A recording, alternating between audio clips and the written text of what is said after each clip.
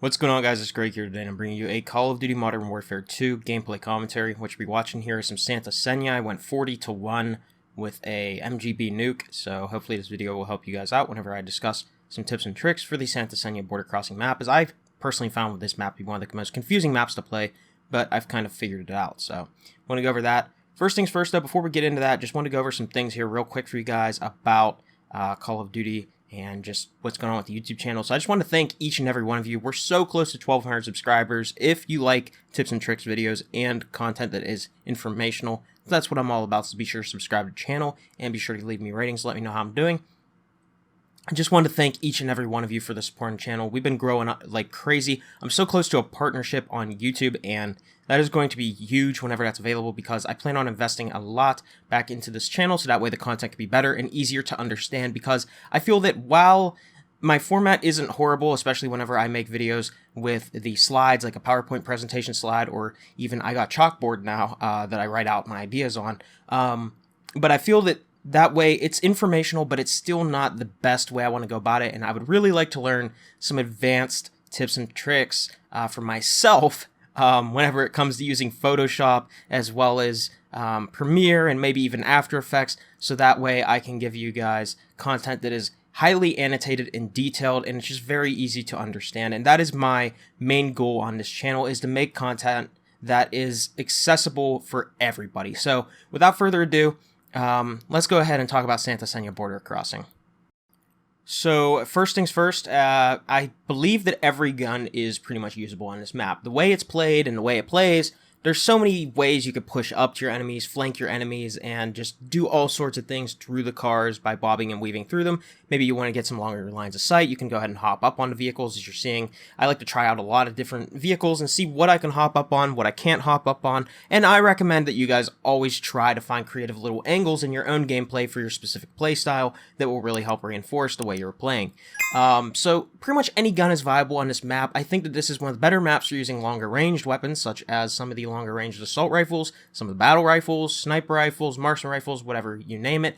But this map also doesn't penalize you for using shotguns or submachine guns, because it's close quarters, but also pretty long range. So overall, this map is pretty balanced for the weapon diversity. Another tip I want to give you guys is, just because a car is blown up doesn't mean you can actually shoot through the windshield, even though it looks like you can.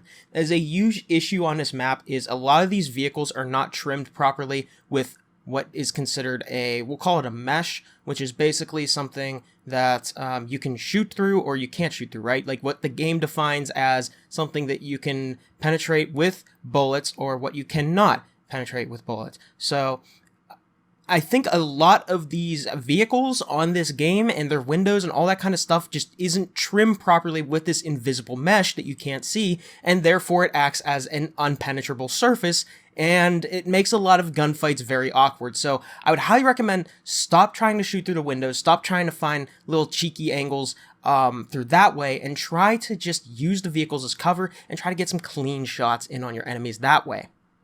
So for tip number 3 on Santa Seña border crossing, this is going to be the outer lane here, and I'm just going to detail a little bit here in Photoshop for you guys so you guys can better understand what I mean by this. But this outer lane here is very useful for trying to get a sort of funnel going. And what I mean by funneling is making it so that there are less angles that you can be seen from, and more just focused gunfights and one-on-one gunfights, so that way you can take on your enemies without having to be worried about being shot in the side or taking on too many enemies at once. It funnels people to line up, which as a result is going to make it for you to get more double kills, triple kills, and all that kind of stuff in order to make breaks through the map. So this outer lane is very useful for trying to win your one-on-ones, and then also trying to get a flank going, because flanks are huge on this map. If you can make a break through this outer lane, and you can get the whole way around, and you can get behind the enemies based off where they're positioned on the map, you can get pretty much a kill feed on the entire enemy team. There's been moments where that's happened,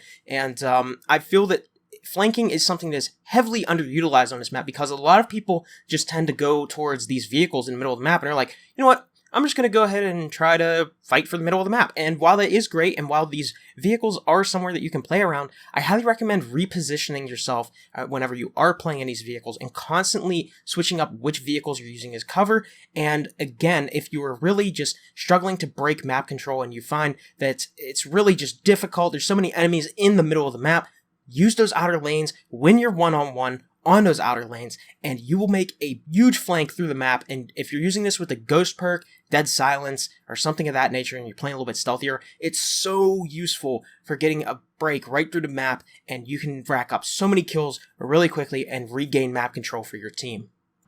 Next up, I wanted to talk about trophy systems real quick. They're a great piece of field upgrade to use on this map because there's a lot of nades on this map, and a lot of people use nades in the beginning of the match, and even though it's going to set off some car bombs and people are going to blow up and all that kind of stuff, you know, the cars are going to explode, I still think the trophy system is a great useful tool on this map because this map is so straightforward that people are going to be throwing a lot of explosives. So if you are in one of those explosive heavy lobbies, luckily this wasn't one of them, but if you are in an explosive heavy lobby, please switch to the trophy system. It is going to make your life so much easier on this map, and it will make it so that the enemies are not getting easy picks on your teammates based off stun grenades, flash grenades, semtex, you name it. Another tip I wanted to give you guys for Santa Seña border crossing is going to be, what do you do when the enemies leave? Because there's not a lot of flow anymore, and you guys can see that it's a lot harder to get a nuke when the enemies leave. It's a lot harder just to play the game in general and not die as much, because whenever people start leaving, generally they're gonna start playing really passive. The people who are really dedicated to that match and they just don't want to leave. They want to try to stick it out. Maybe some people join up. Maybe they think they can pull out a crazy move or something, or they just want to get the match bonus XP, whatever it may be. They're gonna start playing super passive, and you're gonna have to try to basically play angles on them. And that's something about this map in general. So you guys can see I'm on a 25 kill streak right now, and the enemy team is actually refilled. So there's enemies on the enemy team again, and that way I'm able to get this nuke with a lot more ease, as the pacing is going to be much faster. But what do you do, like, for the majority of this match, like I was doing? Basically, what I recommend doing is just sweep angles. Don't be mindlessly running around, because all you're going to do is make it for that one player to really even play even more passive, and you're not really going to know what direction those enemies are coming from, because no one else is on the enemy team and they're not going to be shooting their bullets, and it's just going to be so hard for you to be able to really pinpoint where the enemies are, and it's just going to result in you dying. So I recommend sweeping a lot of angles, play it a little bit passive, just don't full send the enemy, because they're going to be hiding and they are not going to be an easy kill for you by any means. Now, for the final moments of this video, I want to go over a few important things. The spawns on this map are very sticky, so you don't really have to worry about people spawning in your back unless you know that your team is pushing up very far. The spawns are generally side versus side, so it's going to play like a tug of war.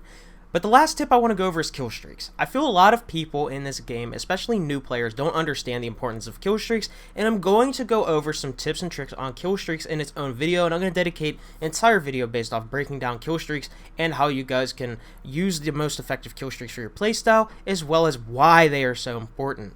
But I just wanted to make note of some very important kill streaks that you cannot go wrong with on this map. Number one is going to be the UAV. The UAV is always great because you can see where the enemies are going to be coming from, and you can position yourself based off of where those radar pings are at. Next up is going to be the cluster mine, coming in at 5 kills, and this one is great because there's a lot of tight alleyways on this map, and whenever you toss down the cluster mine, it's going to launch a bunch of these things in the middle of just pretty much nowhere. I mean, it's just going to launch them all around these vehicles, and if the vehicles aren't blown up yet, free kills, right? But if they are blown up, people are going to have a harder time just bobbing and weaving through the vehicles without having to go on top or destroy those cluster mines. Another really good kill streak, SAE. Because this map is so straightforward, the SAE is very easy to pick up a lot of kills with.